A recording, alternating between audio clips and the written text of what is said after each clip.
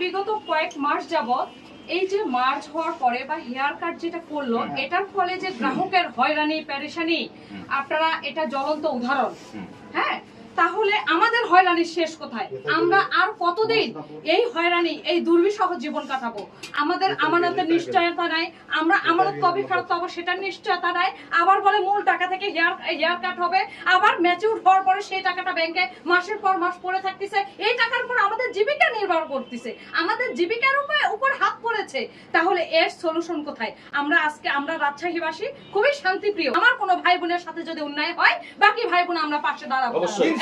তাহলে কেন আমরা ব্যাংক চুরি হলো, ব্যাংক ডাকাতি হলো, ব্যাংকের কোষাগার খালি হলো, এর দায়ভার কেন আমাদেরকে শাস্তি দেওয়া হচ্ছে? ব্যাংকের মূল চালিকা শক্তি হলো আমরা গ্রাহক। আজকে গ্রাহককে খাদের কিনারায় রেখে আপনারা কি পারবেন ব্যাংককে আগের মতো সচল করতে?